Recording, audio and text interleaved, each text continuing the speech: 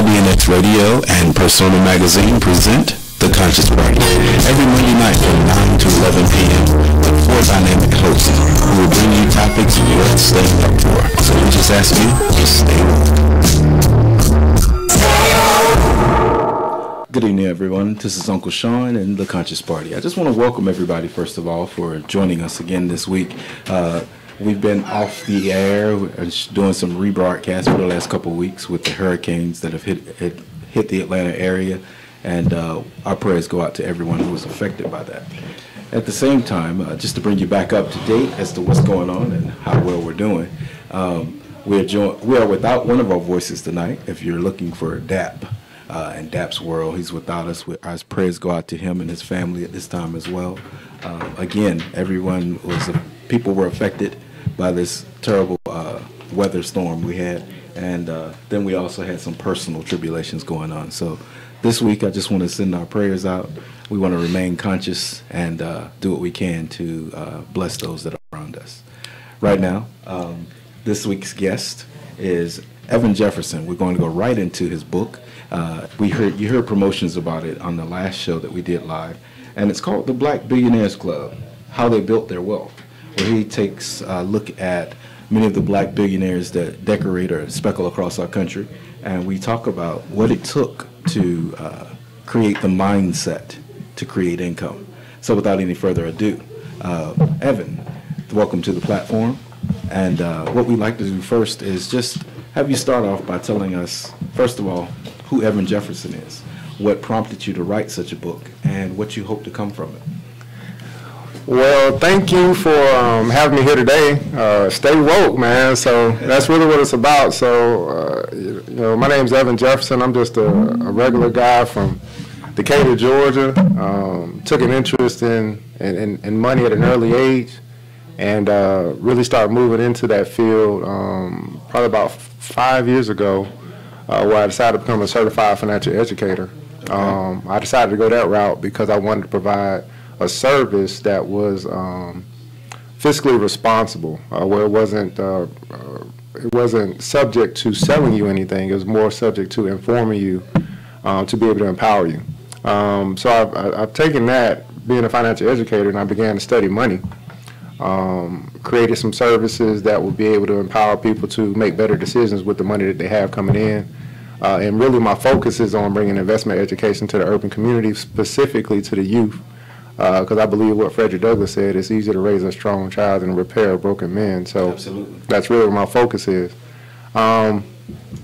This year, or 2017, every year they come out with the Forbes, wealthiest people list. And this year, for some reason, I was like, okay, well, who just happened to be, the wealthiest black people? Because you know Mark Zuckerberg or, Warren Buffett or right. Bill Gates and Jeff Bezos. But I wanted to find out, who were the richest black people. So once I began to do some studying there, I found out that out of the 2,043 billionaires in the world today, only 12 of them are black. So we only got 12 black billionaires. Well, we had 12 black billionaires. Now we're down to 10 by the time I finished the book. Okay. Because it has to do with their net worth, and that fluctuates: oil, gold, things like that. And so then I said, well, I had already knew I had a book in me at some point. Okay. But now I really felt I found something that was worth writing about. And I feel I've written something that's historic, that can change the life of those who choose to read it, especially, again, for the youth. Because I think about the young boy who may not have had a father, may be going on the wrong path. He may get inspired by reading something. Okay. Or the young lady that might be doing whatever she's doing in the streets and get inspired by reading something, realizing that wealth is built way more than just in sports and entertainment. Absolutely. When I was growing up, that was the big thing in high school. You're either going to be in the music band or you're going to be on the football field. And that's what was promoted, that's what's praised. But if you were a smart guy, you was the nerd, you was goofy, you was dorky, all that stuff. So I'm trying to bring being smart, being conscious, and making it cool. Yeah. So that's what we're doing with the book, and teaching people, again, the mindset, and then also really looking at it. Because the way I look at it is like, well, what are some of the things they have in common? What are some of the things they've done that others that are billionaires have done? And if we learn what they've done, well, maybe they can change the way we think and start doing some of the things that they've done in order to get to where they are. Right. So we can learn by imitation and we can learn by instruction. We're not here to instruct us, but we can read their books. We can definitely imitate. You know, so, you know, if you put it in the book, we definitely, as black folk, we're going to find it. That's what I say. Well, I like the whole nerd comment because I was smart. I was smart growing up, so I agree with that. I was kind of awkward, but hey. Well, Sean and I, we went to the School of Nerds. Yeah, Sean looked like we went extra nerd. Hate to say it. Sean pictures. We went to the high school it was specifically for the smartest children in the city that we lived in, so you had to apply. But it's funny because you wrote the Black Billionaires Club. I did my dissertation on the B100, the wealthiest African-American businesses in the U.S. Out of the B100, 25 of them live in the city of Atlanta. Wow. 25 of those businesses were here in Atlanta. And out of the 25 of them, I want to say I interviewed 20 of them. On their success strategies, because at the time we were going through the recession, and financially it's called turbulence, and I wanted to know how they were surviving that.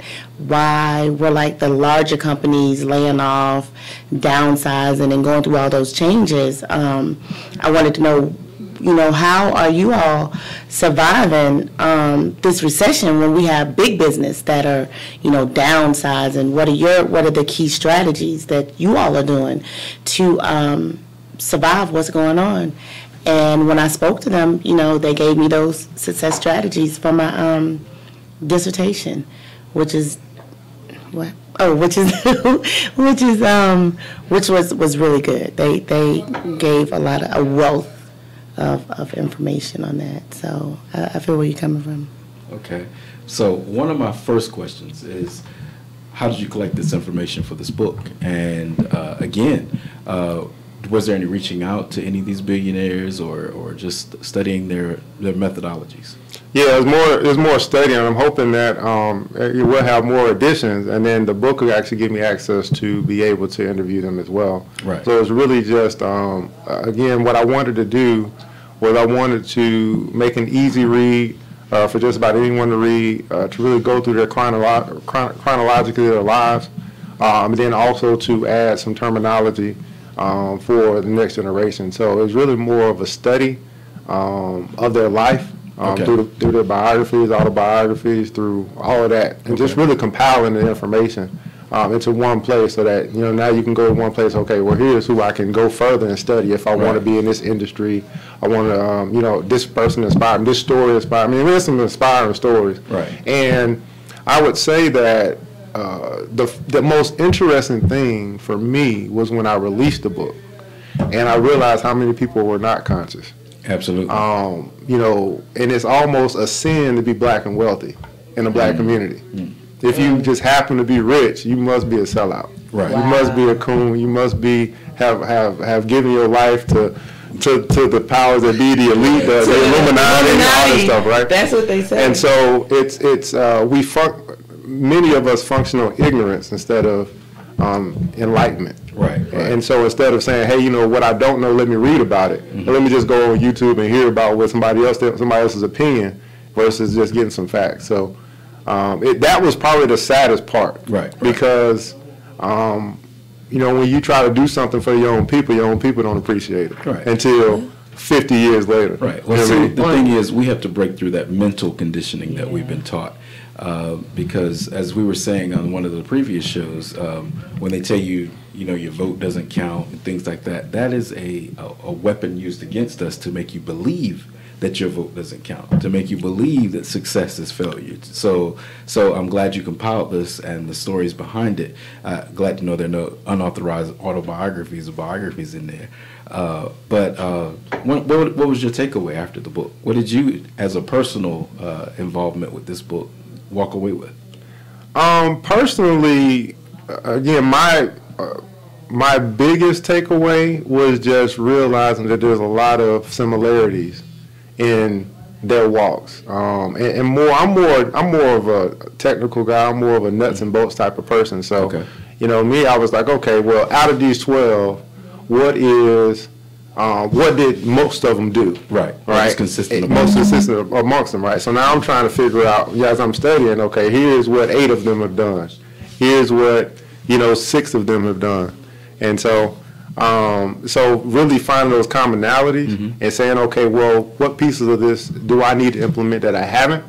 And really, what industries, what are things that they're doing that we're not even thinking about doing? Right. Because again, it's not just in America; it's in the world. Right. That's the difference, right? So we on the book probably only know 2 of them, which is Michael Jordan and Oprah Winfrey. But when we start talking about in the world, now we're getting into industries that actually provide services or products that the whole world can use. And so now we're talking real big business in commodities and just, again, bringing value to the marketplace, and people pay for value. Absolutely. So did you streamline a short path to success, or the bullet points of success that we all need to follow? No, see, no cliff notes just yet. Okay. The book is newly released, man. I got to add some more layers to it. We got a calendar coming out, which would be some quotes from him as well, and then I'll start working on some other things. But really, it's already that way. Absolutely. It's already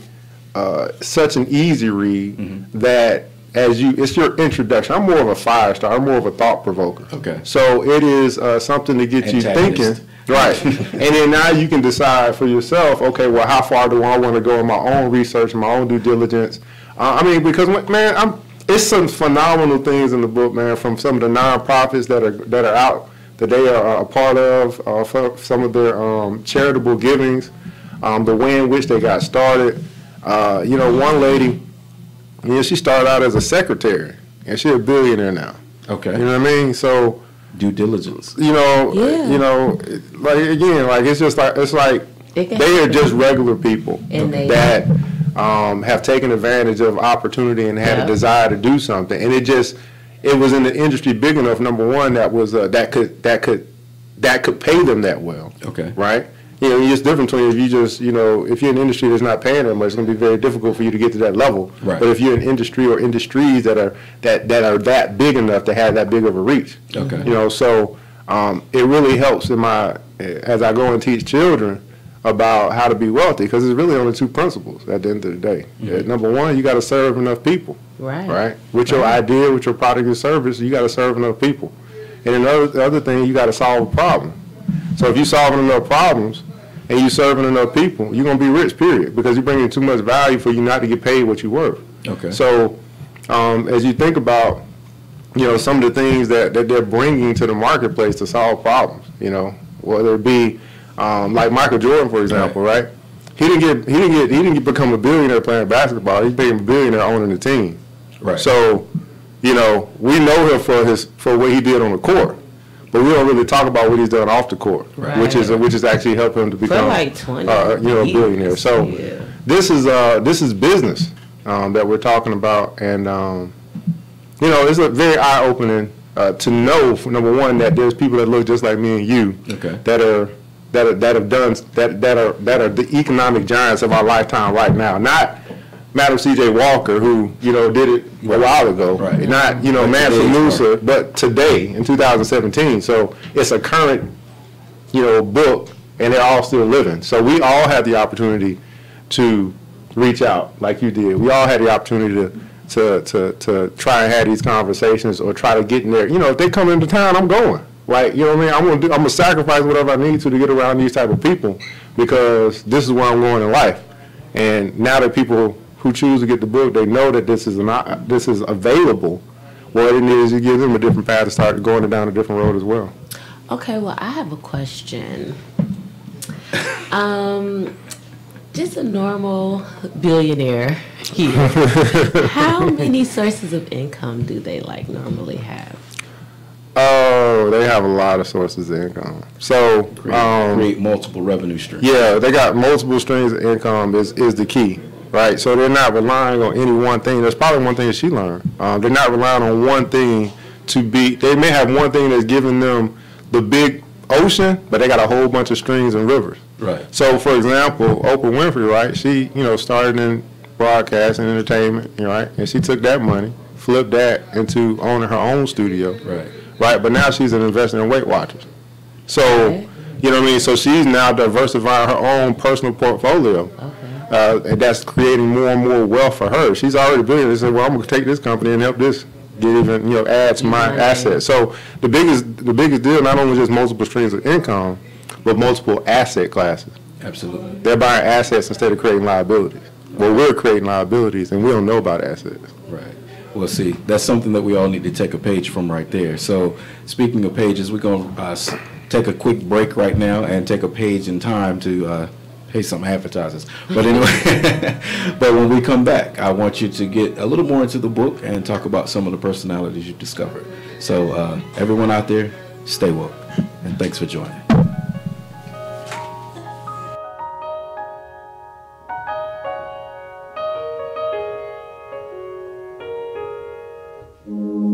Is it my turn to wish you were lying here? I tend to dream you when I'm not sleeping.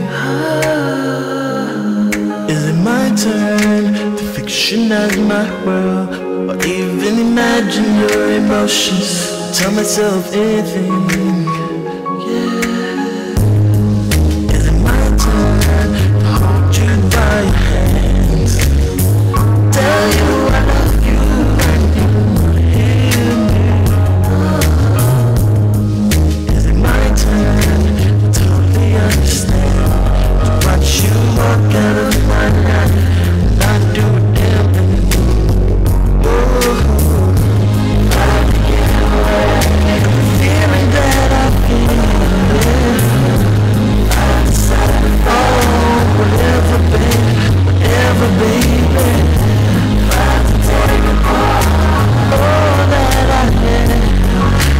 Anything that I would not do, die without you. Yeah, baby, die without you. So I die without you. Oh, I apologize for all the things I've done. Now I'm underwater and I'm drowning. The one to cry. Isn't it amazing how some things just really turn around? So take every little piece of my heart, yeah. Take every little piece of my soul, yeah. Take every little piece of my mind, 'cause if you inside, die without you.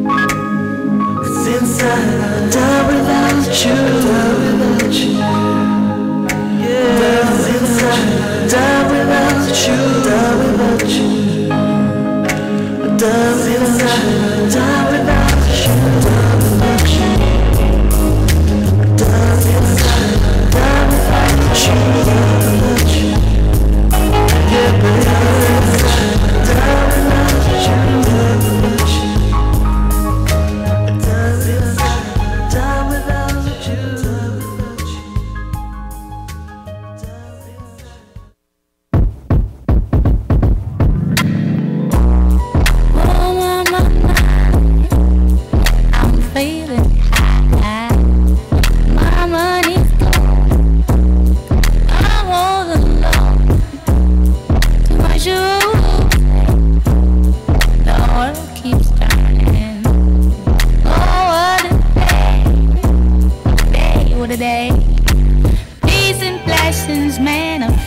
with every lesson learned. If your knowledge were your wealth, then it would be well earned. We were made in His image, then call us by our names. Those intellects do not believe in God, but if He was just the same. Oh no, no, no. My stomach keeps moving like a rolling stone. Oh no, no, no. Oh, to the break. Oh no, no, no. My stomach keeps moving like a rolling stone. No, no, no.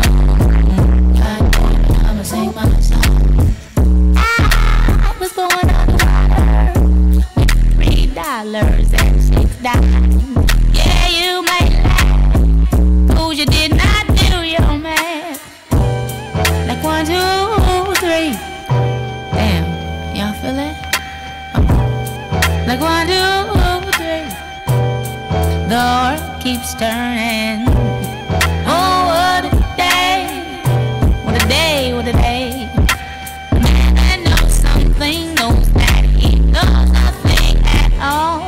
Could it seem colder in your summertime and hotter in your fall? If we were made in His image, call us by our names. Most intellects do not believe in God, but if He was just the same. Oh no, no, no. My stomach keeps moving like a rolling stone. Oh no, no, no. Oh, back to the vultures. Oh no, no, no, no, no. My stomach keeps moving like a rolling stone. No, no, no. Mad props to the God job. Feeling kinda hungry, 'cause my eye is coming down. Don't feed me yours, 'cause your food does not endure. I think I need a cup of tea. The world keeps burning. Oh, what a day. What a day, what a day. You're rushing to destruction 'cause you don't have nothing left. The mothership can't save you, so as it's gon' get left. If we were made in His image, then call us by our names. Most intellects do not believe in God, but if He was just the same. Oh no, no, no. My stomach keeps moving like a rolling stone. No, no, no, no, no, no, no. He ain't fucking so just leave it. My stomach keeps moving like a rolling stone. Oh no, no, no. All right, everyone. Thank you for taking a quick break with the Conscious Party. This is Uncle Sean, and just very quickly, we're going to go around the table and make sure everybody gives you their social media. If you see me looking up and down during the broadcast, it's because we are being hit by our followers on Instagram, on Facebook, on Twitter. So you have many different ways of reaching out to us and joining the show, being a part of the Conscious Party. So forgive the top of my head. I know it's a little shiny tonight. but if you want to follow me and send me some messages on Twitter, it's Sean C. Robinson, SeancRobinson. I got that from Autumn. That's on Twitter. On Instagram is simply official Uncle Sean. So follow me on Instagram as well. If you want to follow the Conscious Party, it's simply Conscious Party on Instagram. And we also have a couple Facebook groups. So just search for the Conscious Party. One is called the Discussion Group, and the other one actually has the radio icon up there. So going around the table from my left to right, we have Joy. Give us your social media, please. That's at Joy Leah on Instagram and on Snapchat. That's JOILEAH. But yeah, you know, at Joy Leah on Instagram, Facebook, and Snapchat. Gotta love her.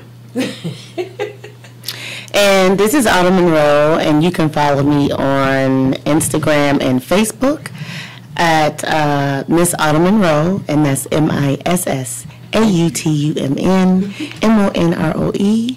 And on Twitter, it is simply Autumn Monroe, AUTUMNMONROE. And Evan, we need to follow you, man. Evan, man, you can follow me Facebook, ERGJ Enterprises, and do the same thing on Instagram, ERGJ Enterprises. I got a lot of different companies as well, but Okay. we've got the ERGJ Black Bazaar. Okay. That's a company where we import from Africa apparel and products, and then we also have the ERGJ Black Bookstore. So if you're looking to support your own in either one of those ways, you can do that in all 3 different platforms: the ERGJ Enterprises, ERGJ Black Bazaar, and ERGJ Black Bookstore. See, now, this is a man who follows his own advice. So it sounds to me like you have multiple income streams. So before we jump back into the book, tell us a little bit more about ERDJ. Man, multiple streams, yeah, that's something that I teach as well. Actually, how to generate income from what you love to do. Okay. So there's some strategies involved there in order to turn your ideas into income. But yeah, I got about more than, I'm in double digits now, and I can talk about a little bit of it. But you know, with the companies that I've started, with the companies that I'm affiliated with the distribution that I do, it really is centered around what I love, which is black people and black business. So, Absolutely. Not only have I created a business, which is a black business, but I also help other black businesses sell more stuff, which helps them to grow, which helps them to hire more of our people, which helps us to stay and to increase the black economy. So that's really where my focus is, and in all those different platforms, it's still the same MO, which is group economics at the end of the day. Those are words we need to ingrain into our regular conversation: group economics, group think, and definitely empowerment. One of your revenue streams you happen to be wearing tonight. So could you tell us a bit more for those who are watching and can see us? This is one of the ideas that I came across when I started to look into the product side of what I do. It really, I can tell you this: if you the best way to generate a stream of income is to find out what you hate and what you want to solve. So one of the things that I was starting to see a whole bunch of T-shirt companies. It's really not even companies, just designs. And everybody want to make a T-shirt, and I was like, well, hey, we can do something else other than making T-shirts. If you're not going to own a T-shirt, then can we do something else? People kind of laughed at me at first, and I said, well, I'll show you something else you can do. So I looked into what I could do in Africa, and I found dashikis, and I started selling dashikis, and it kind of did solve 2 problems for me. One, it showed people something else you can do. I was very successful at doing it. But then 2, now I'm into global group economics. Great. So now I'm into international trade and import as well, and not just a nation, not just a local or nation. I'm actually international now. So Good man. So now I'm moving into a lot of different avenues now, along with the book, which is now giving me access to a few other places I didn't have access to before. Great. How long did it take you to get to this point? From the conception point to now, about 3 years. Okay. Yeah. See, so it's for those of you listening out there, if you can believe it, you can achieve it. Yeah, you can. And I want the website because I want to get some dashikis. Yeah, so there's again. So there's I know I got it, but I'm just saying I wanna make sure I get some dashikis. Well, no, say it one more time. So it's ERGJ Black Bazaar, Black and Bazaar is BAZAAR, and that's Bazaar is just another word for marketplace. Absolutely. In the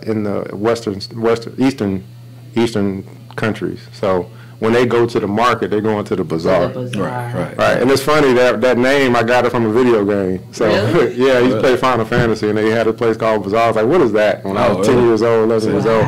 So because we hear about bizarre meaning strange. right, right. Bizarre, Yeah. So Black Bazaar is the black marketplace. That's another word for black marketplace. Wonderful, wonderful. Well, speaking, going back into the book now very quickly, I just want you talk about the Billionaires Club, and of course we know the familiar names like the Oprah Winfreys, but let's talk about some of those personalities that are outside of that and what industries they're in. So which ones stand out to you right now, and what industries they're in, and what can support those industries? Well, there's a couple stories that really stand out, but I guess I'll name 3 because there's 12.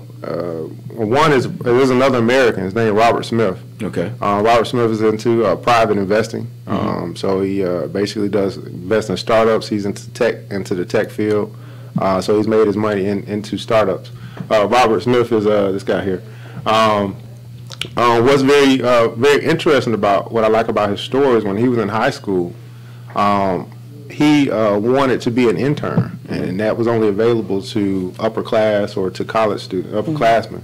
And so he was turned down, but he didn't stop. He said, "This is what I want to do." So he kept persevering, kept calling, kept knocking on that door. You know, they say knocking it and the door will be opening to you. He kept knocking for 9 months, 10 months straight in high school. Right. And eventually, you know, his persistence paid off and the door opened. So, and that led him into the tech field, and eventually now he is where he is today. So he learned at an early age to persist. Just because they tell you no, it doesn't mean it's no forever. It just means no right now. Right. And so he was a great salesman of himself in his own dream. He sold himself on his dream. That's one thing you can take away from this. You got to sell yourself on your own dream. Right. If you don't believe it, right. And so when we say, well, what are some entry points into the technical field? Now this is very different now, because before it was, you know, go get your degree, become an engineer, which is still a great route to go.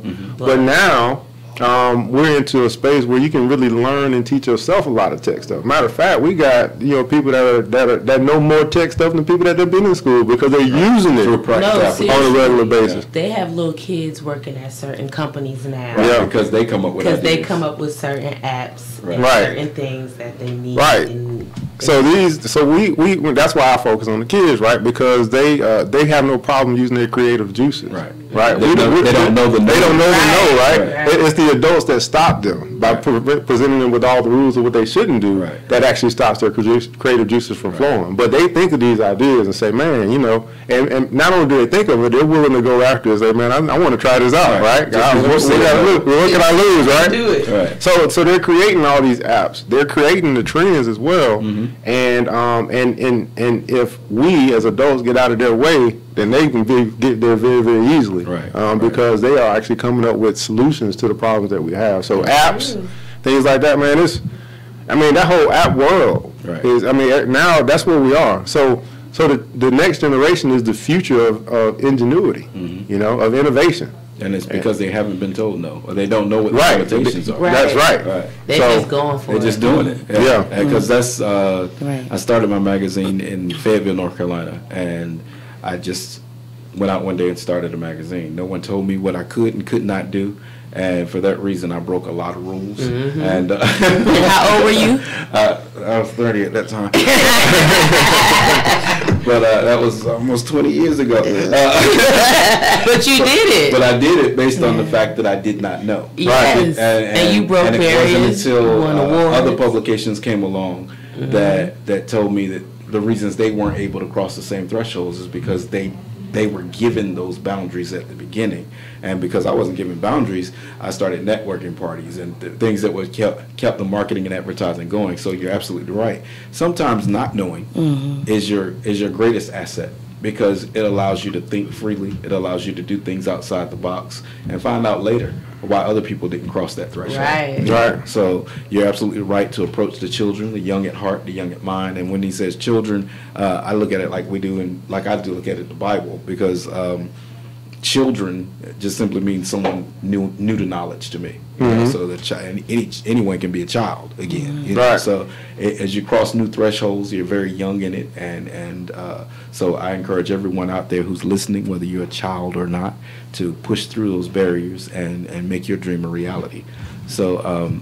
Yeah, absolutely, and that's one of the main reasons why I focus on children, because in this area of financial education, many of us are children in this area. So I can teach a 5th grade concept and still reach, you know, the adults. And just because you say just because we say it's to adults, I still have adults coming to the children's class, and then they're even wild, or they even, if they don't make it, they feel a little bad when their child come to them and be like, hey, you know, this is what I learned, blah, blah, blah, having those conversations, and maybe they can't have that same intellectual conversation. Accept that challenge. It changes the dynamics. I like to say it changes the conversation at the kitchen table, which is what we need to get back to. So another person, again, I was mentioning her earlier, you know, started out as a secretary. That's probably the most inspiring story to me. And who was this? That's Florencio Alaquiza. She just had the $1 million wedding for her son. But the way she got into oil was that she started off as a secretary and decided that she didn't want to do that no more. Right. So she wanted to get into her passion, which was fashion. So she quit her job, went and learned fashion, or maybe went to school trades. They didn't really get into the specifics of what she did. I think she went to school, some type of school, and learned fashion.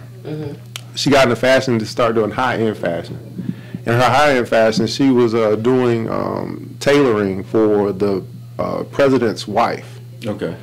Her connection to the president's wife, when she decided, okay, now I'm going to take this to another level and try to get this block of oil that nobody wanted at the time, actually got her the interview or the session with the prime minister.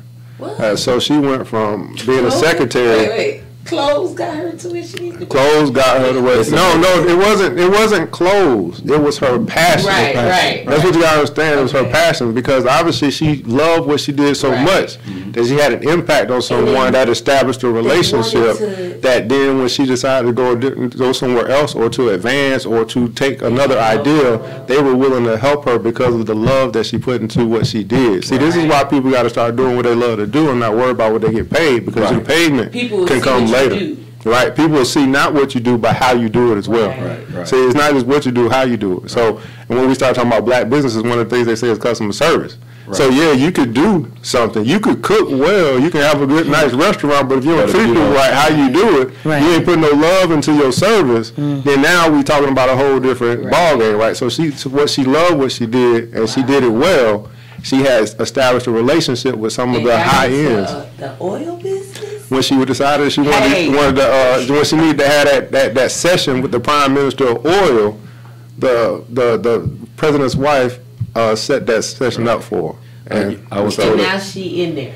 Right. Well, it wasn't just that easy. It's some more to it, but some numbers. Yeah, it's a whole bunch. I mean, some years. But the relationship skills. Yeah. And the fact that she had the relationship skills to go from one place to another, and the networking is what is the key here. Right. Because basically she sold herself. Exactly, because you could just be a regular person out here trying, but she actually had a focus. She always had that one thing in the back of her mind. Plus, she was going out doing other things. She was always serving. She was always doing this. She just made it. I'm just, now that I'm thinking about it, I'm like, she going into business over here. In the back of her mind. 20 years from now, I could be a billionaire. You can. 20, but maybe 3. But I'm just saying, like, if you think about it, like how he just explained it, she really went for what she wanted, and God made doors open. The room. Right. Well, I've always been told that in most businesses, you are one person away from success. Right. So you have to use the network of people that you create. You have to use the network that is available to you, and think about the fact that not just I know Evan, but now I know everyone Evan knows. You know, through communication, the right people will come along. Right. Like if you see a spark in something that somebody else is doing, you'll connect the dots for them sometimes, and that's what obviously she did in that instance. Yeah. So I mean, the greatest form of capital is relationship capital. Absolutely. That's not something we discuss enough. I can get way further with people than I can with money. Absolutely. I mean, who say that again? Maybe they didn't hear me. True. I can get way further with people than I can with money. Right. See, when all the money's going, I can depend on people. When all the people are gone, I can't depend on my money. Right. But that's true, but I find that people have a problem using their network and using the people that they know, and sometimes they feel some kind of way when other people do that all the time. Every day. Why should you work hard when you can work smart? And I don't understand why some of us don't want to take advantage of those opportunities. Well, my mom knows this person, but I don't want her to talk to that person. I want to do it on my own instead of doing it the easier way. Why do you think it is that sometimes we as a people don't want to use our connections to the fullest? Yeah, so I think we talk about this. We're talking about getting conscious, man. We're talking about this spirit, right? And we can call it a spirit of scarcity. We can call it a lot of different things, but it's obviously some fear, right? But it's the conditioning of us not really understanding how to work together, right? So I got a call today. Right, I'm into imports and I do oils and all that stuff. Somebody just hit me up today and said, hey, I want to get into the business. I'm like, okay, well, let's talk about what do you want to start, things like that, right? So instead of me saying, well, how can I make money off this person because of what they want to do, right? How can I help this person get started? Because now we'll have a connection for a lifetime. See, I'm not trying to get paid once. I'm trying to get paid for a lifetime. Right. And so if I help this person get to where they want to go, right? Zig Ziglar said, if I help enough people get to where they want, help enough people get what they want, I always get what I want.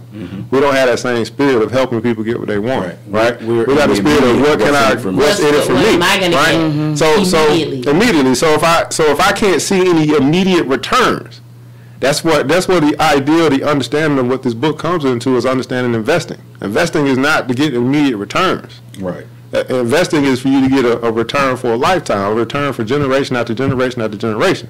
But we're thinking about a quick flip. Right, we're thinking about a sprint instead of a marathon. So the long-term perspective of this relationship building, and you just mentioned your mom and someone else. That's 3 relationships that can be built from one connection. Right. Now we can get into 5 years later. Man, we got this strong connection. Now you doing well, she doing well, everybody eating. Versus now I'm eating fat and all y'all still starving. So, you know, once we begin to really get to the understanding of group economics and collective thought, right? Group economics and collective thought. The 2 biggest destroyers in our community are 2 things very simple. It's called pride and ego. Pride and ego. Wow. Pride comes before the fall. So if, if we're, listen, man, when people been living their whole life not having nothing, when they finally get something, they want to hold on to it, right? Well, that's the thing the problem I have. Like, the minute somebody gets something, they move away or they distance themselves. Why? And you just said because you don't want nobody to break. Don't come here. Don't come I don't think necessarily moving away or distancing yourself is a problem, because once you start having more, you may become a different person. You get settled in what you got. What I have a problem with is not coming back. Right. I don't have a problem with leaving, separating yourself, becoming the new you. Right. So you moved. So you moved. I moved back though. No, ma'am. I moved back though. No, but not coming back. Because sometimes it's like crabs in a barrel, and sometimes people get jealous of the things that you have, and they see you prospering. So you're living in this neighborhood that's run down. You know, there's a lot of dilapidation, but all of a sudden you got this beautiful, your little house. The yard is looking better. Some moving trucks and bought some things in there. People are envious, and this is for real. When you get to a certain status and a certain point, you cannot live in that neighborhood anymore. You just can't. I mean, you can go back and help the neighborhood and help to build up the neighborhood, but when you reach a certain income level, it's just for your safety, period, that you have to, move away. One of the things that I learned, during my dissertation was that a lot of our wealthy are not, they don't publicize their net income. So I guarantee it's more than 12 of them. Now they don't talk about what they have, because when you reach a certain economic level, you have to think about your safety, the safety of your family.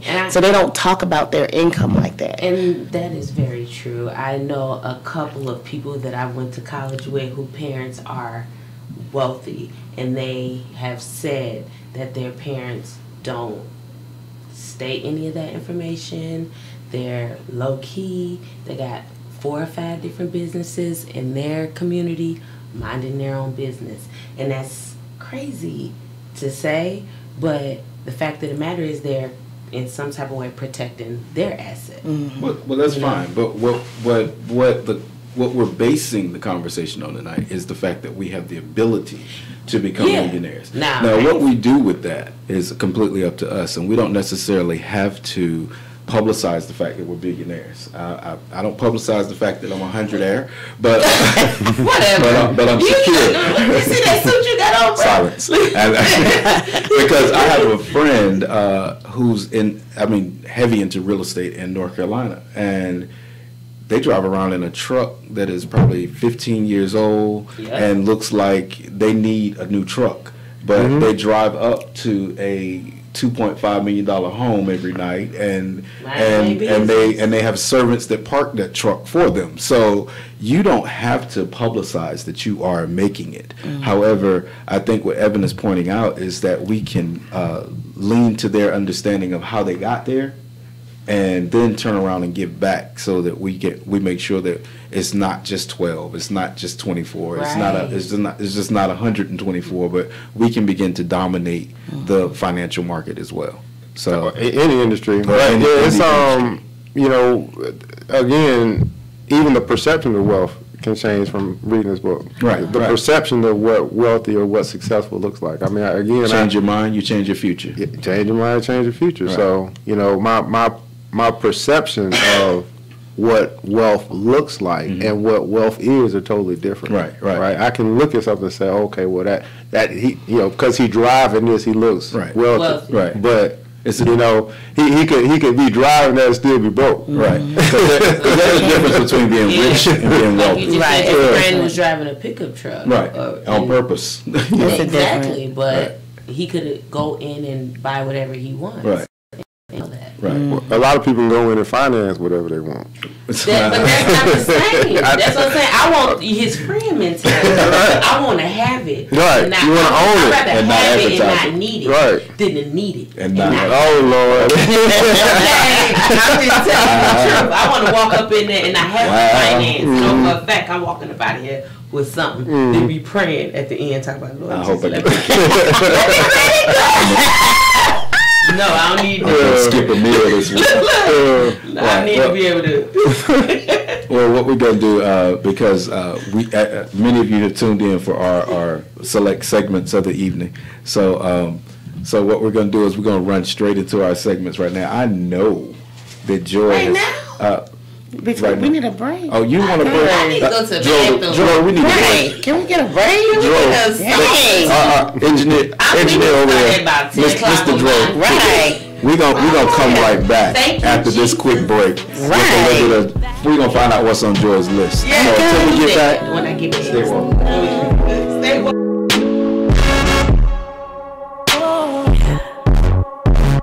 I've been thinking about time.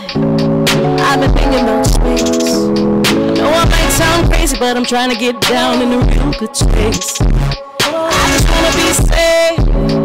I just wanna feel good every morning, every single damn morning that I wake. I've been looking for a place where the sun shines all the time. Good love in my soul's what I crave. I ain't worried about the hate. Last year was a good year for you, girl. I've been keeping up with the pace. So don't be coming with the bull. Had a good year, now it's time to see my face. I ain't worried about the fate. Kinda over all the hard times I've been through. God brought me to, and I finally feel loose. My heart I choose. My heart been broke down in the dirt, and I finally see you. Raise hands, feel focused. And I'm done being broken. Talk about love, real love. You the only thing that give me up. I'm high, got me so far up that I could fly. Watch me fly, keep me high in your blue sky. It's about damn time. I just wanna be high. You're making me high.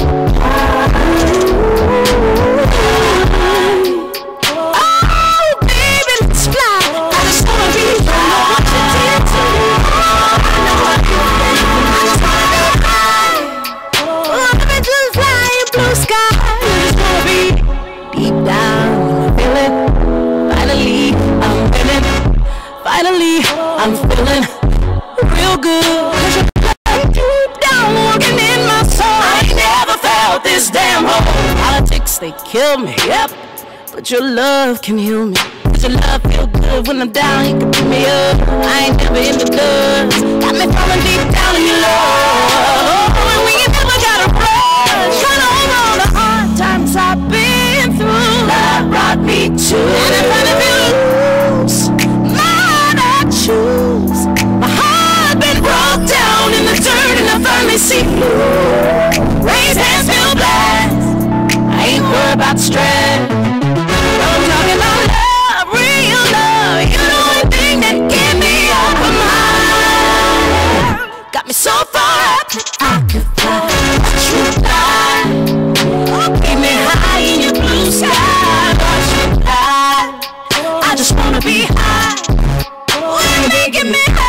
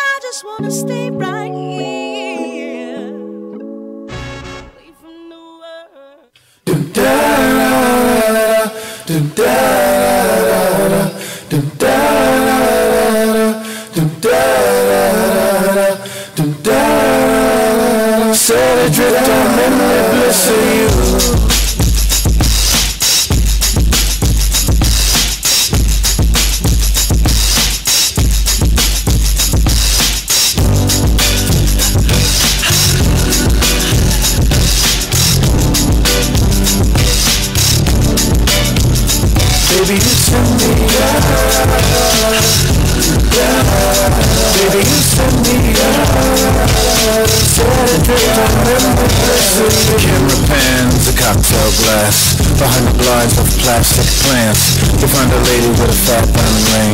And then you know I can't remember a damn thing. I think it's one of those deja vu things, or a dream is trying to tell me something. But will I ever stop thinking about it? I don't know, I doubt it. Subterranean by design. I wonder what I would find if I met you. I let my eyes caress you until I meet the thought of this Princess Sue. Often wonder what makes her work. I guess I'll leave those questions to the experts. Assuming that there are some out there, they're probably alone, solitaire. I can remember when I caught up with a pastime intimate friend. She said, but you're probably gonna say I look lovely, but you probably don't think nothing of me. She was right though, I can't lie. She's just one of those corners in my mind, so I just put her right back with the rest. That's the way it goes, I guess. Baby, you send me down. So I drip down and listen you down. Baby, you send me down. So I drip down and listen you. Careless wish before a careless man. A neutron dance for a neutron fan. IBNX strings are dangerous things. I thought of all the trouble they bring. An eye for an eye, spy for spy, rubber band span, and the frustrated side. They tell me that she's not dreaming. She got an ace in the hole, doesn't have meaning. Reality used to be a friend of mine. Cause complete control, let them take too time. Christina Applegate, you gotta put me on. Guess who's kissing the cake with Jack on? Broke a wishbone and wish for a sign. I told her whispers in my heart were fine. What did she think she could do? I feel for her, I really do. So I stared at the ring finger on her hand. I wanted her to be a big PM Dawn fan, but I've got to put her right back to the rest. That's the way it goes, I guess. Baby, you send me down. Baby, you send me out. So I drift on memory bliss of you. Baby, you send me out. So I drift on memory bliss of you. Baby, you send me out. So I drift on memory bliss of you. Baby, you send me out. So I drift on memory bliss of you.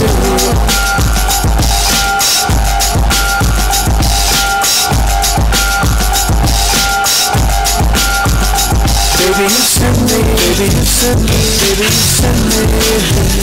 Baby, you send me, baby, you send me. So I drift on memory bliss of you. Baby, you send me, baby, you send me, baby, you send me, baby, you send me. So I drift on memory bliss of you. Baby, you send me, baby, you send me. Baby, you send me, baby, you send me. So I drift on memory bliss of you. Hey, this your girl, Joylia. Are you ready to find out what's going on this week? Are you ready to find out who is on my list?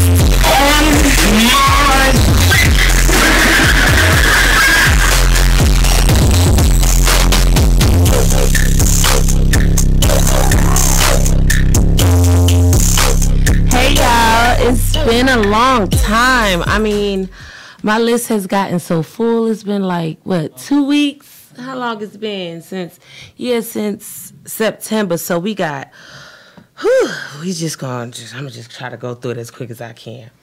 Okay, we got Joel Osteen. I'm going to start with him. We got Irma. You know she came through and messed the whole city up. We got all this NFL stuff and, oh, God, all the NFL stuff, Lord.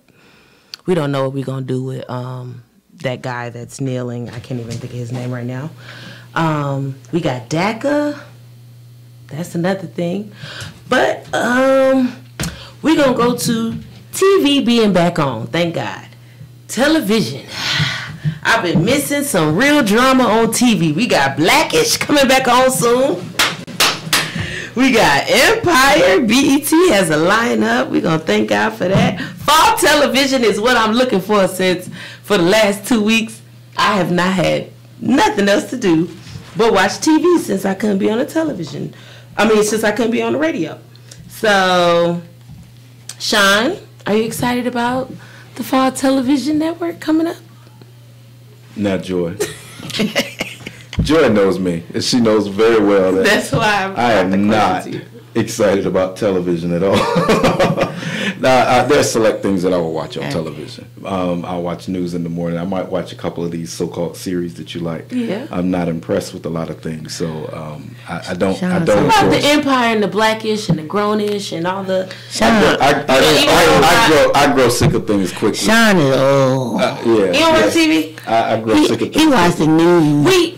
Come on now, we had one TV show we used to watch. I watch what's the name of that show but it's getting stupid now, so I don't know if I'm gonna watch it next season. Not Empire, because that's Power. Okay. Power. What about Insecure? Insecure is already. I love Insecure. Let's applaud Childish Gambino. Yes. For being the first. I'm gonna gotta get off my subject. Get off my subject.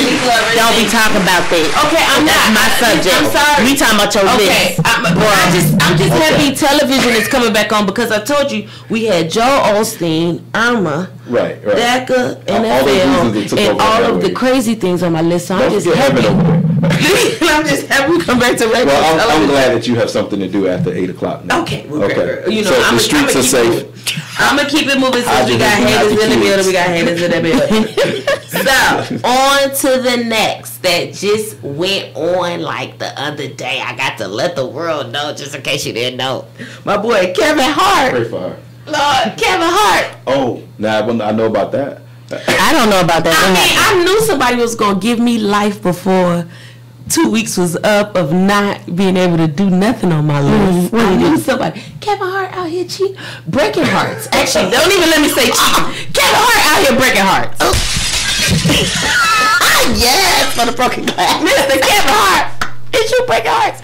Again, because you know we already know you cheated on your first wife. And I'm not out here judging and doing things that I'm not supposed to do. But you on my list not because of what you did. You on my list because you breaking people's hearts while folks out here pregnant. When you out here pregnant, you need to just stand by your pregnant woman. I don't care what nobody say. I know you agree with me, Sean. I agree with you. What are we talking about? No, really. No, you know I'm a family man, so yes, I'll always support the family. Wow. So I can't endorse Kevin. What's up with this? This is not the first person that has been cheating on a pregnant woman, and you know straight at 9 months. Come on. But this is my thing.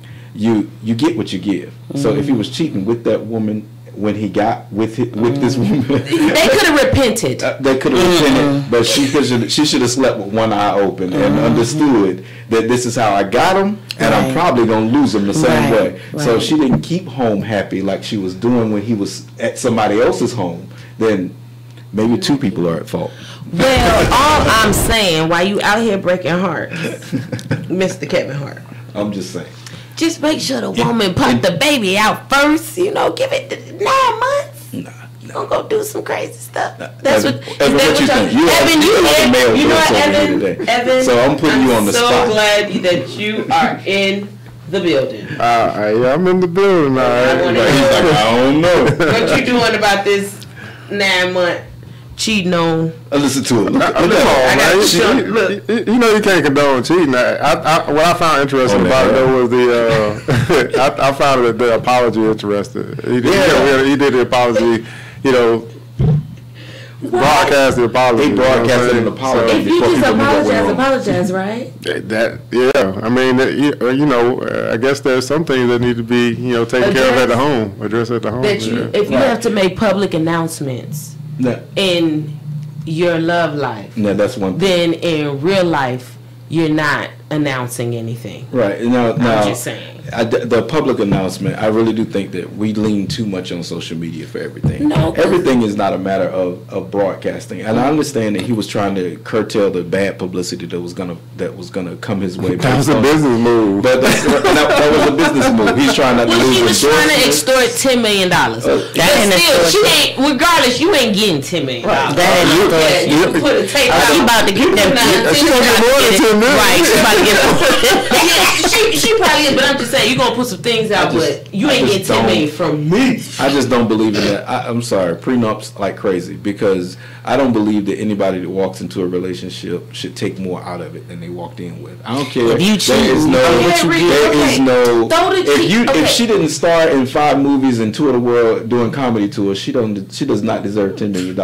She deserves a nice stipend. If you cheat, you Well, it's not. I don't know if it's necessarily just about her deserving this. She got a baby. But no, it's not her that wanted. No, sorry, you guys. Let me interrupt. The girl that was extorting. Oh, the one he slept with. Oh, okay. That said, look, you either come out and. You know. I thought you was talking about the wife. No, I'm like, she deserved more than that. But it's the girl. She was with Kevin Hart. My thing is this: she need to be the one on the list. She gets right. She needs to be on the list because she gets none. Nothing. None. She gets the recognition of having been with Kevin Hart. She gets the side chick award. Right. Part of the fact that Kevin Hart came out with his apology. She definitely gets nothing. She gets none. He's on my list because of the fact that the girl was his wife was pregnant. Mm-hmm. Like, come on, y'all got married. You know how y'all are when y'all get attitudes during. Oh, so it's. I'm not defending him, but I'm just saying. Sean, you about to get beat up. I know. I already told you I don't feel the love tonight. Bruh. So I'm just saying. But I'm just saying. You talking about his pregnant? She in her 9th month. Child, let her die. Okay, Sean, die. You know, die. Like, for real, let it be 7 years, 10 years, 15 years down the line. You're not in that 9th month. You know, I don't cheat on me. Hey. But I mean, I would just say at least give me 22 years before you start. Then I understand, like, dang, I'm getting old. You got your little young tenderoni. Talk about it first. Step it up. But you know, baby, you can't do this no more. 3 years in the marriage, I just had a baby. I can't with none of y'all. No, I can't. I'm sorry. I'm mad. I'm stabbing it. That's crazy. Okay. You still in Dap's time. Yeah, I'm sorry. Yeah, I'm in Dap's time, and I'ma end it. Ooh, I got a good one. Yeah, the NFL. Oh Lord. And the Falcons' new stadium just had their new inauguration last night. I heard the city down there was going ham. It took them like 25 minutes to open up. I heard it was 2 hours. Okay, yeah. I thought it was 12, really, but it seemed like it was 2. But they made on TV, they made it seem like 25 minutes. It was like, all right, quick. Anyways, they sped up the camera. Look, I thought we was protesting. What happened? That's what I'm just saying. Like, since I love the Falcons. I ain't going to no game. I ain't love the Falcons too, but I just wanted to say I had some. They were protesting the preseason. Right, they're protesting. No, honestly. Are you protesting? Is that for real? Listen, let me know. I'm just saying, man. All right, what are you doing? There ain't no. I'm not protesting. There ain't no commitment to that. But you know what though? If we really if we really shut down and we didn't watch or go to any NFL games, let me tell you something. The NFL, that's $1 billion business. You better believe they gonna do whatever they need to get done. They gonna make. They will make it happen. Oh yeah, they make it happen real quick. Not just, that's millions of dollars. No, I'm a fantasy football player, but my thought is this: like, you know what I mean? It's all good if you want to shout boycott for this, right? But I'm talking redirect. So if I can't get people to even buy black, man, why am I protesting white? So I'm all about buy black. So as much as we want to boycott, okay, well, let's go create our own. Let's start talking about that. I would say this, and 100% I believe that. I feel like they're taking the real cause of the situation, which is Black Lives Matter, right. and they're taking it away to get. And I ain't got time for that. You know, so I agree with you. Like, my cousin played for the NFL. Gone Panthers. Yeah. I'm just saying. But my thing was, I'm going to go to the game. But I just thought we was protesting. I thought we were supposed to protest because the young man got on his knee and then he got in all this trouble or whatever. Now other people are doing it. And wasn't that the reason? And to support, right? No one else got in trouble. Weren't we supposed to boycott the NFL because they treated him so unfairly?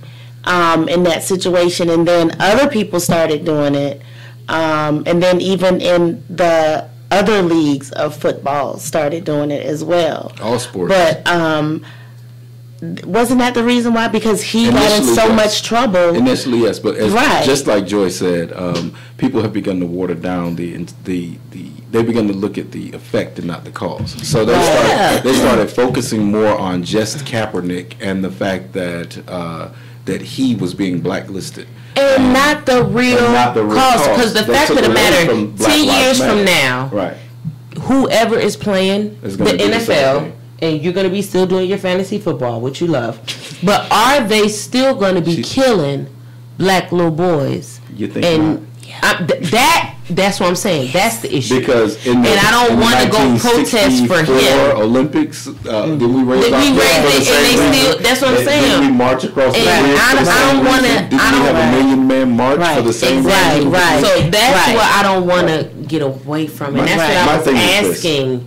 Are we getting away from that? Because my thing was, I'm surprised that Chick-fil-A is not on your list, because when Sean sent that go ahead. thing. Well, was it wrong? She states that there was another story follow-up to that. It was a follow-up independent franchise. Right. And the only reason, because I was ready to go ham on Chick-fil-A. First of all, I need to check my. I don't like Chick-fil-A. Well, I like them, and I like you guys want to sponsor. We're not mad at you guys, but regardless of that, I need to check my thing. No. I don't like Chick-fil-A because the fact that I don't eat chicken. And I'm not a big. They have a really good fruit salad that you don't even eat. I'm just saying that you don't even need salad dress. But I'm a foodie. And they do have a good salad with these little red pepper.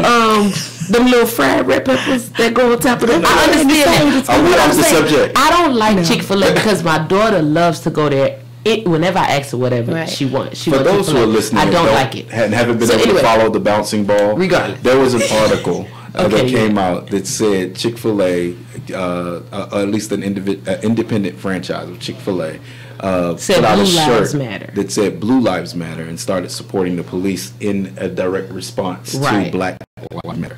For that reason, I said I no longer want to go and eat at Chick-fil-A because they weren't empathetic to our cause. And so then I blasted them on social media. I'm like, how you gonna be a Christian organization? No, but then, and I understand that how they feel about gay rights because they are a Christian organization. That's something totally different. But how can you be Christ-like and then go against it? Yeah, that's Black Lives Matter. That's contradicting. When I said, I did a little further research and noticed that it did say it was one particular franchise in this particular area. I'm sorry, Chick-fil-A. No.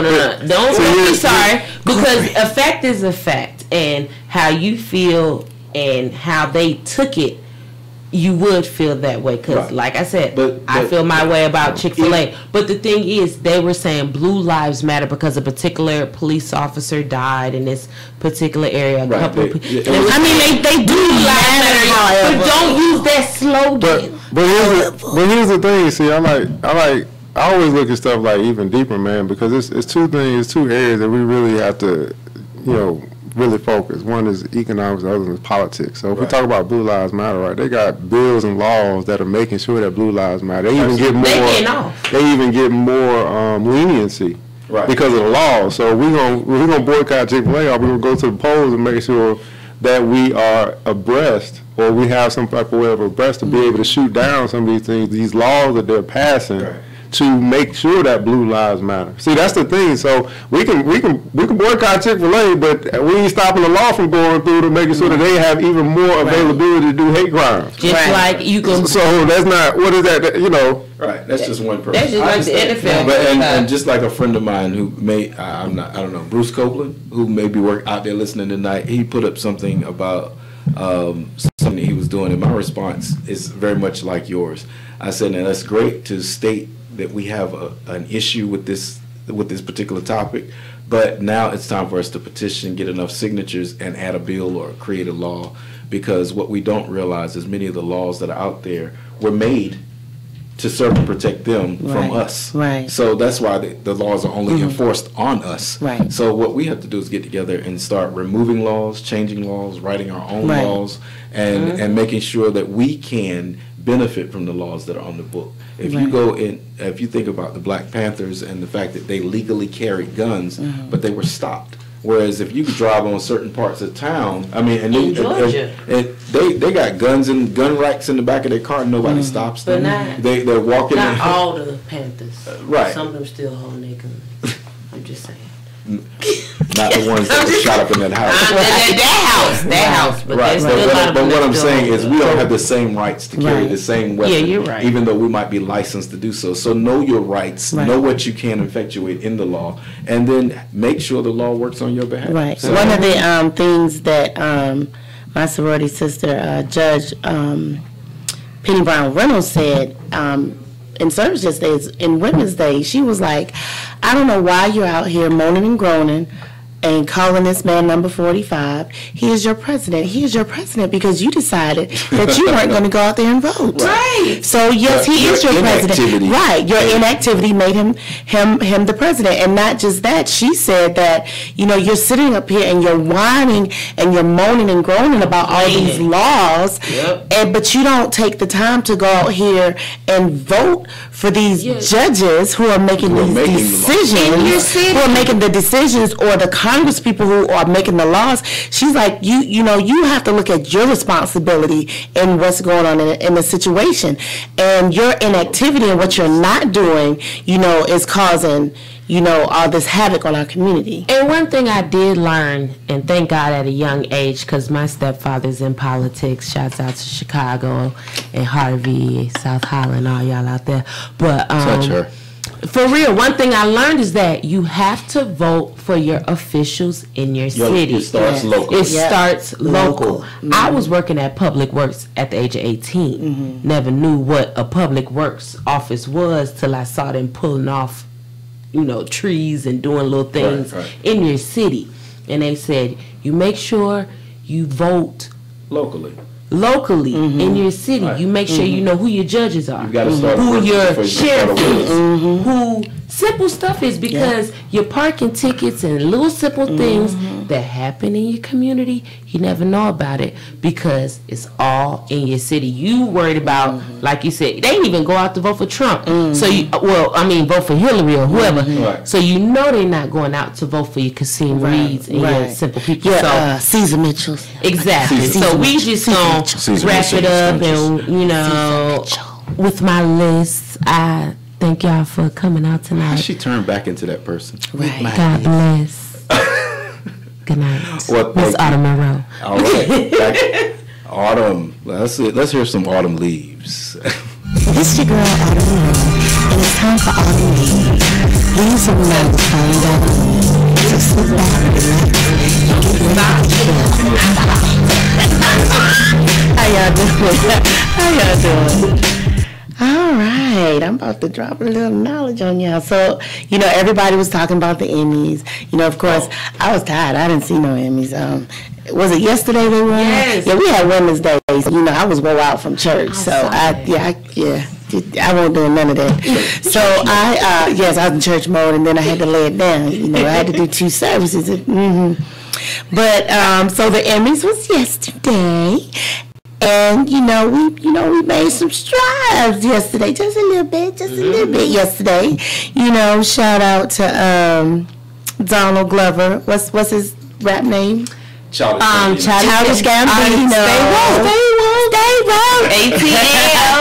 Wait, where my applause at for him? Give me some applause.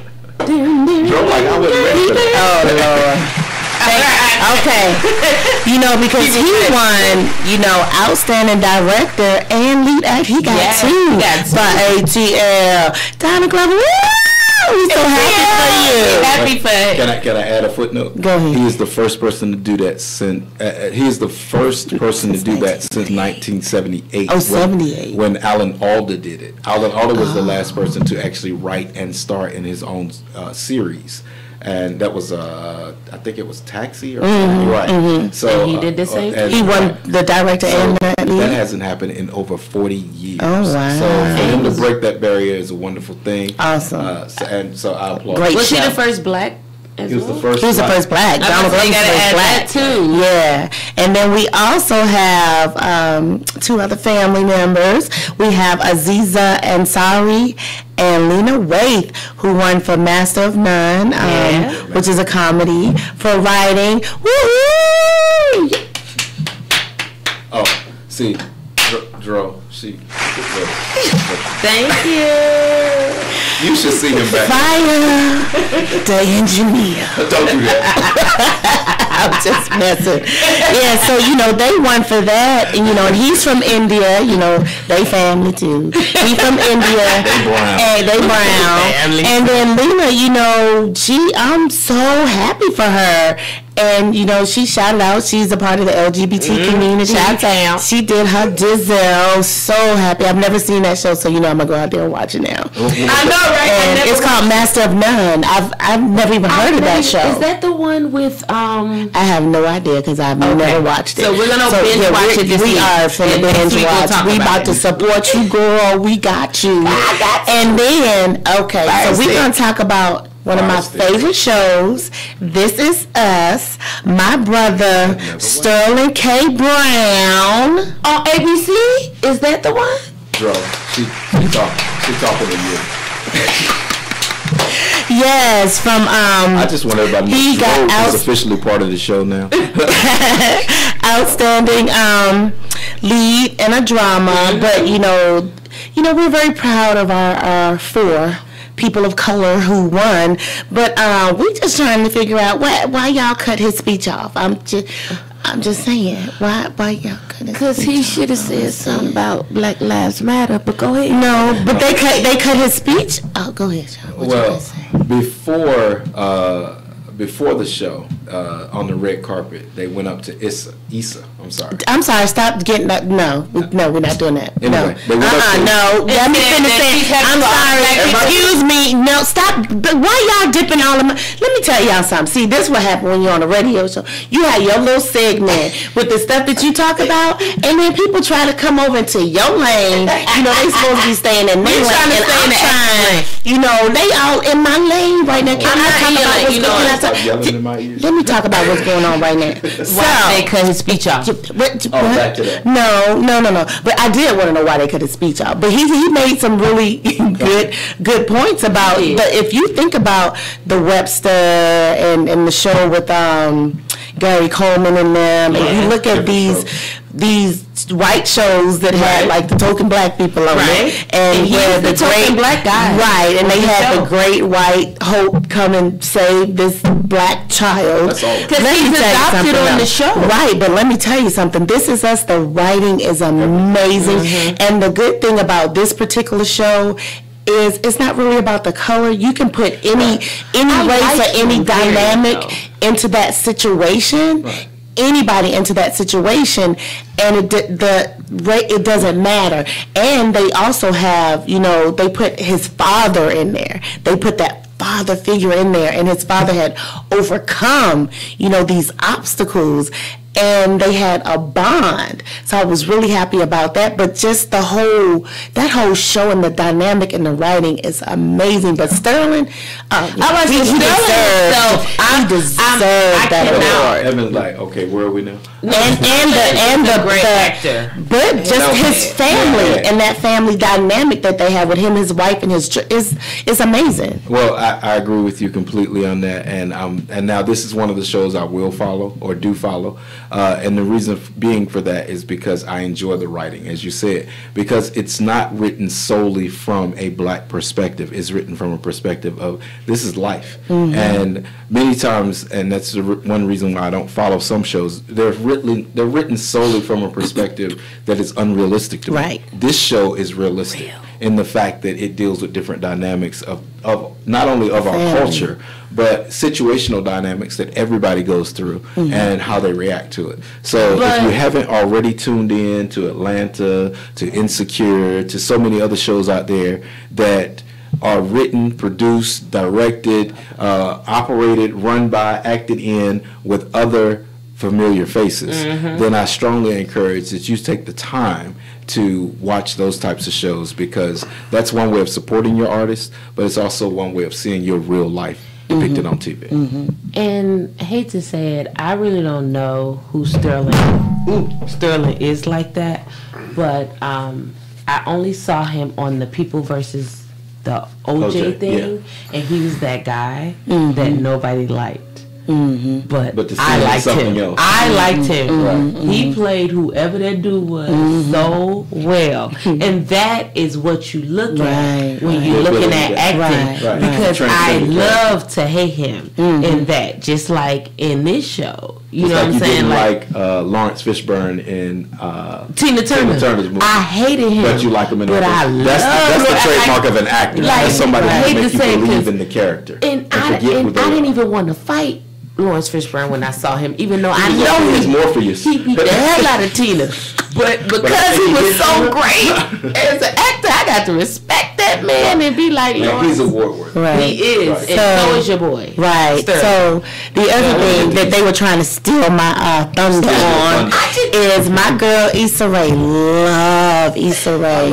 Issa, I don't know why you call the show Insecure instead of Awkward. I don't know, but that's a whole other thing. I love but she looked beautiful on the red carpet. She looked beautiful. Okay, first Issa, I need to know who do your hair, because them hairstyles, I need that person's thing. How to be twisted. Yes, her hair is always. For real. Love the hair, Issa. And then I like the thing that she said, because if they would have approached me, and if they would have asked me, who do you really want to root for? I would have said the Fosters, because this show is about a lesbian couple who have adopted all these children. They're interracial couple. They have some Latino kids. It's a very diverse family. Like, this is us, but they haven't gotten anything, and it's the same situation. It could be any dynamic. It could be a heterosexual couple. It doesn't matter. It's because it's not about that. Right. It's talking about life and foster care and the issues that some of these kids go through, and then being interracial. It has so many layers to the show.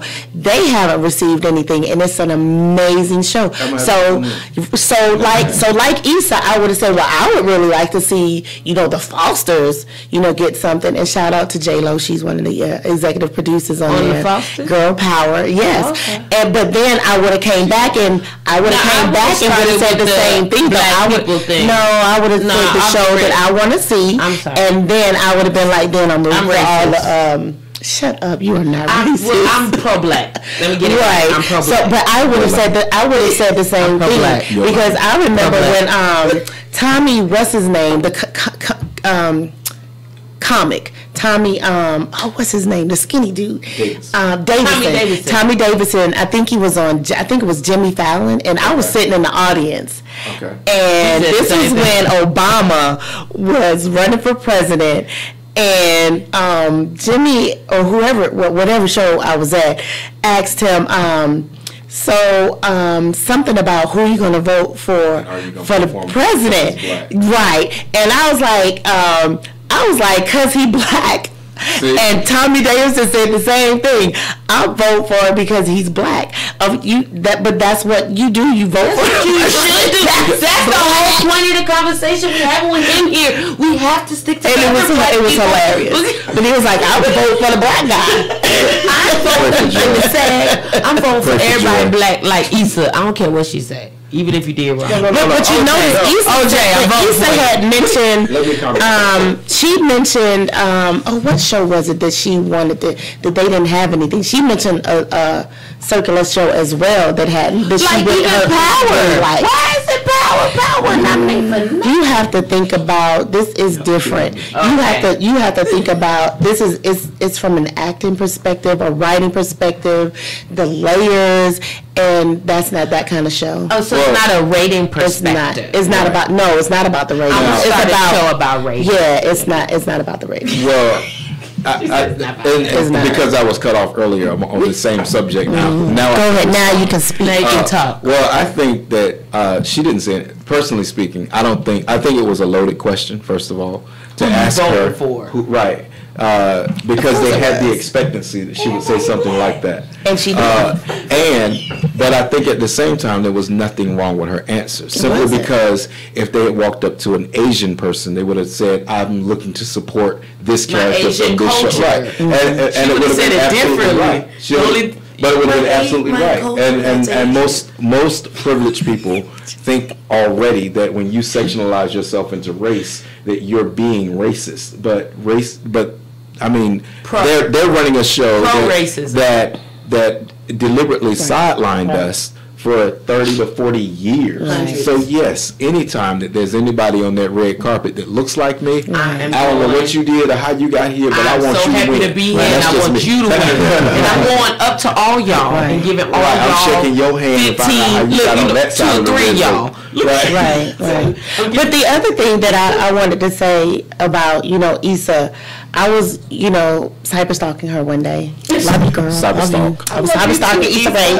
And the fact that he's sitting there with a raised eyebrow. Yeah, we're gonna talk in a second. But I really like the fact that they were showing like behind the scenes, and it's a lot of women on the crew behind the camera, and that's amazing that they have so many women of all nationalities behind as a part of the crew, and I love that.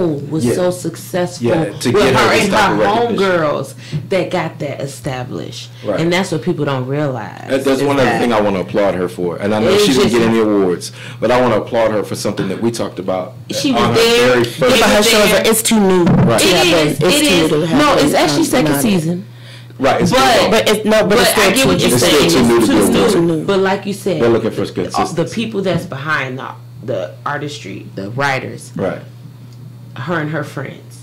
That's really what it was. Mm-hmm. Now they're getting, the big actors and all them coming in. And she's executive producer.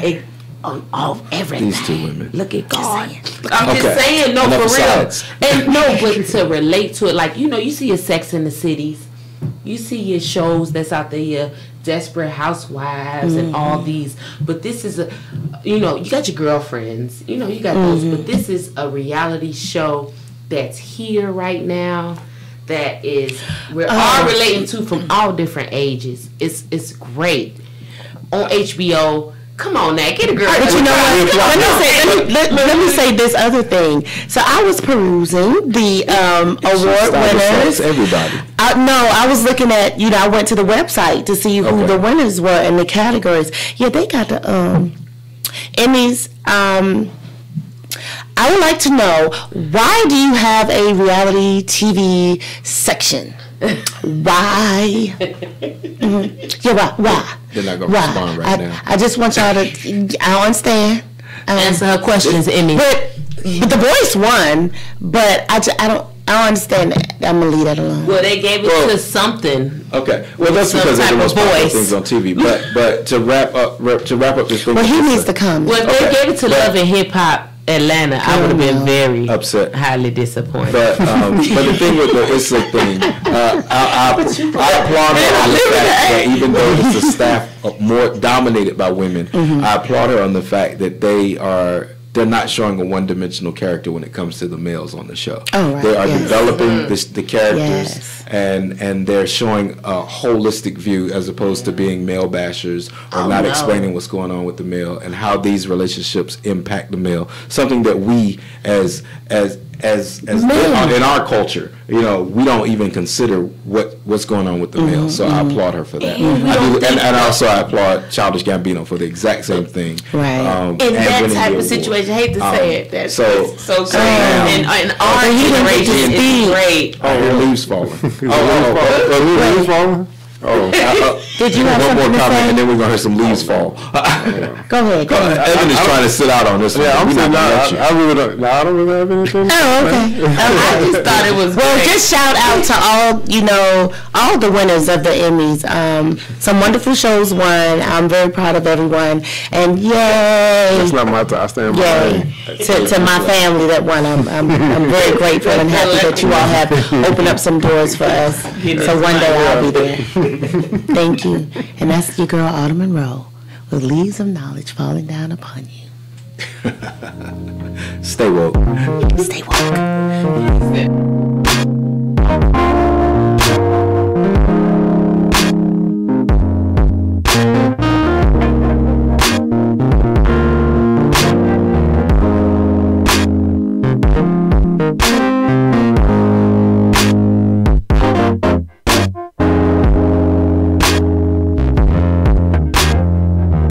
Up this morning, found her letter that she wrote. She said she's tired, that I'm always on the road. Too hard to swallow, being alone. She needs someone at night that she can hold. She must have told me 1,000 times more. Silent cries I used to ignore. God knows I love her, didn't mean hurt her.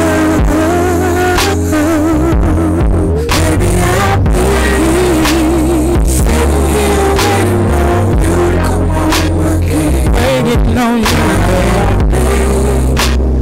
Promise I'll be here through the pain, and I'll be here to protect you and to love you and to be with you for life.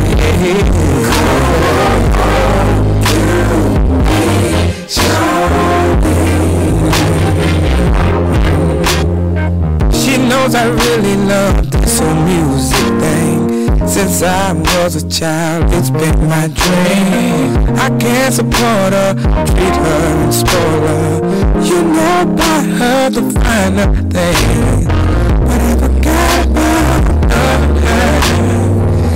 Damn the money, diamonds and furs. What about the hard days she had with the baby?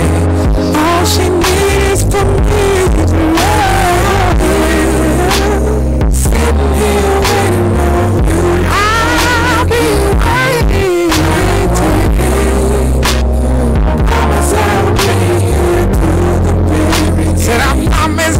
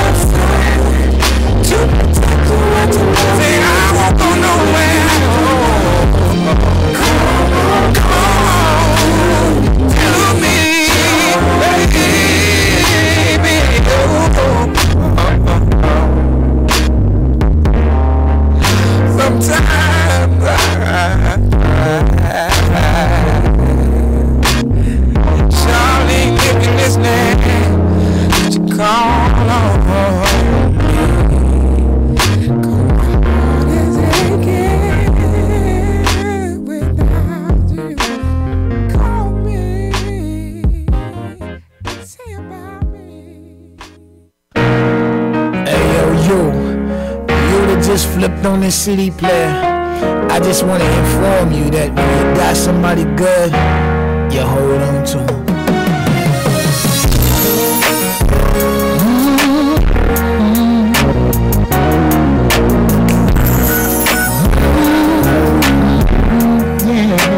Must be nice. Having someone who understands the life you live. Must be nice. Having someone who's slow to take and quick to give. Must be nice. Having someone who sticks around when the rough times get thick. Someone who's smart, is bright enough to make projects feel like a mess. Having someone who loves you despite your faults. Must be nice. Having someone who talks the talk but also walks the walk. Must be nice. Having someone who understands that a thug has feelings too. Someone who loves you for sure. You just remember to never let them go.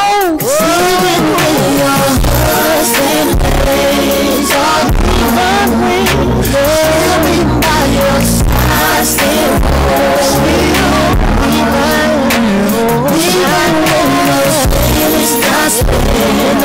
and let's go dig in women and something.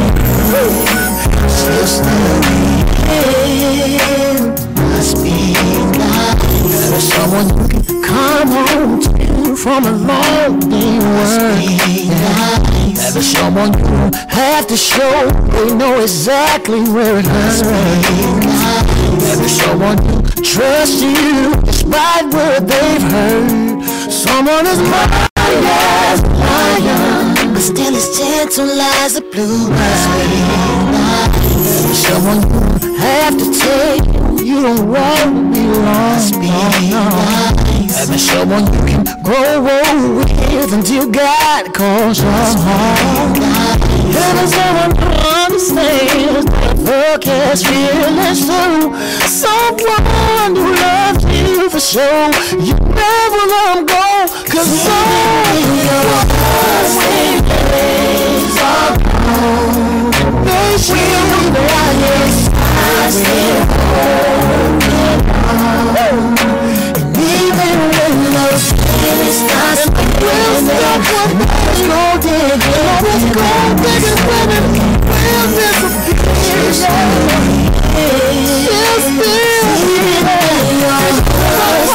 Your days are gone.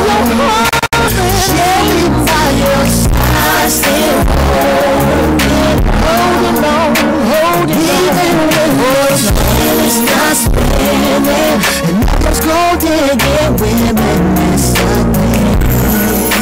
She'll still be here. 'Cause even when your hurts and days are gone, she'll be by your side, still holding on. And even when those feelings start spinning, and all those gold digging women disappear, she'll still be here. Well, I guess the next part of the story is that after all this lusting and all this time, I finally found me somebody for me, somebody I could tell the way I feel about you.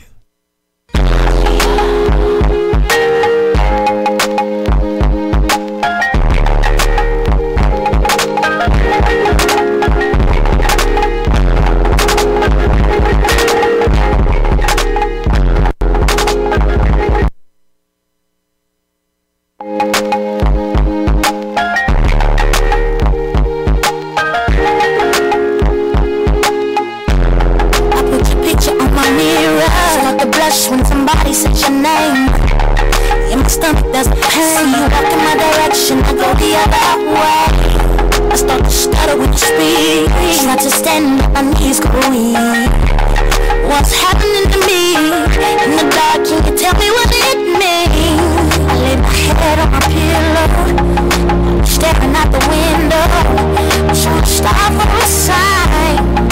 The reason why, because I'm bloody. You come around, I get shady when I see you. Baby, when I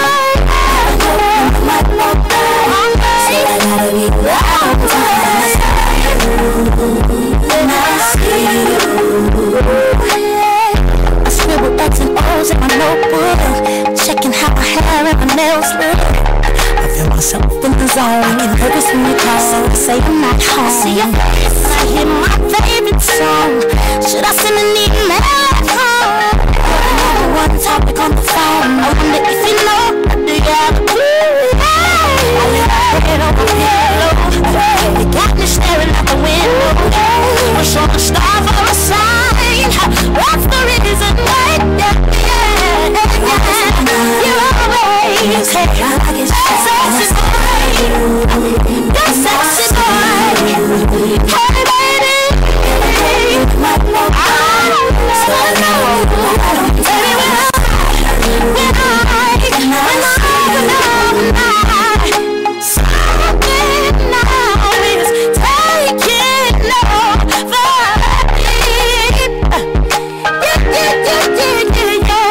I'm not gonna run now, just gonna stand here and sleep.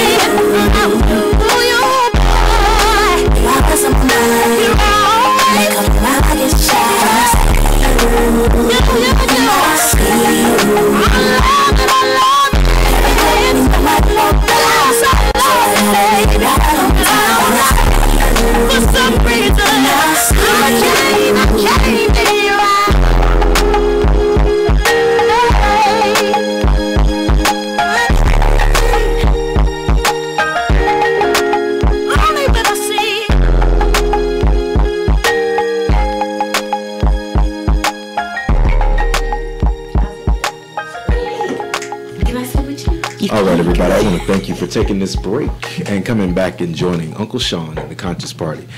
We do want to say thank you once again for all of those who are following us on all of our social medias, be it Instagram, Facebook, Twitter, or following right now on the IBNX station YouTube page. Look for us on those live streams, and we are really responding to some of your comments and bringing them into the conversations. So I want to send a shout out to everyone in Greensboro tonight that's listening, everybody that's out in the Atlanta area, everybody that's in Chicago, all of Evan's listeners, and Dap, wherever you are, my friend. Dap. We miss you right here at the Dap's World. Autumn, we're going to turn the mic over to you and Evan, and we're going to dive back into the Black Billionaires. Once again, we want to give a shout out and give love to my brother from another mother that I've known for a very long time. Prayers and sending love and light your way, bruh. So getting back to the Black Billionaires Club. Y'all know how I do. One thing that I did find is that a closed mouth don't get fed. Okay. And when I interviewed the B100, I picked up the phone and I called, or I researched and found out who the secretary was, and I sent an email and I followed up, because if you don't ask, you'll never know. So, and it would seem like these are very busy people. Mm-hmm. But the same with these people, if you really want to reach out and meet them, and especially since you wrote this book, because what I did was after I did my dissertation, I sent them all a copy, and I've stayed in contact with all of them ever since. So one thing I would say to you is make sure you send them a copy of your book, and then you'll be on their radar, and then you'll also be able to reach out to them and I'd like to delve further into this. But in terms of, what would you think as a people or as an individual, someone who's read the book, they know what their passion is, but they just don't know what to do to get started? That's why. Because and you don't want them to say, and it's a money thing. Well, I don't have the money. I don't know what to do. What would be some of the first, like the first maybe 5 things that you would tell somebody? They've read the book, they got that fire burning in them. What would be like maybe the first 3 to 5 things that you think that they should do to start moving in that direction? Yeah, that's pretty easy. I also do a little bit of coaching as well, and one of the first things that you got to do, you got to get some guidance. I tell people you don't have an income problem, just have an idea problem. Right. Because people pay for ideas. Mm-hmm. So if you have a desire in whatever avenue it is that you want to go into, then you're going to need some guidance, somebody that he's either been there, has some experience in that field, that can that has a teachable spirit, that's willing to guide you, either from an apprenticeship standpoint, from an intern standpoint, from a coaching standpoint, that can help refine the idea that you have. Because you're naive in the beginning, mm-hmm. And so one thing you want to do is you don't want to just rely on your wisdom, which is very minute mm-hmm. at that time. You want to rely on other people's wisdom. That's true wisdom, when you can rely on someone else's wisdom, so you don't have to go through the same mistakes that they went through. That's so true. First thing you want to do is lean on, research your industry, mm-hmm. And then find someone in that industry that is willing, because mm-hmm. there are people willing, and that goes back to what you said, closed mm-hmm. mouths don't get fed. And you ask. Mm-hmm. Sometimes you might have to treat somebody to lunch. Mm-hmm. Somebody, you might have to do something different in order to get someone's attention, so they know you're serious. And that's what it's about. The world is set up in a way that it tests you to see how serious you are about what it is that you say you want to do. Right. That's true. And you'll come across something that'll kind of not stop you, kind of slow you down, just to really see how serious you are. And it's called resolve. Right? Mm-hmm. And once you get past the resolve stage, that's when you get starting to get success. Everybody has a point that they had to go through mm-hmm. or break through. So you need to find a mentor or coach. They got a lot of life coaches now, but I'm talking about industry specific, mm-hmm. That can pour into you what they've learned, so that you don't have to go through the long road to learn it. It makes makes the road more efficient mm-hmm. for you to get there, because they'll know the industry, they'll know the trends, mm-hmm. they'll know where it's going, the pitfalls, the pitfalls mm-hmm. and things like that. So that would be research. I ask people this all the time, like you might say you're in fashion, right? Well, if you are serious about fashion, well, who's the top person in that industry? Right. Who's the top fashion designer? Right. Isn't that who you want to follow? Right. Because at the end of the day, you don't get into business, right, to compete. You get into business to dominate, mm-hmm. right?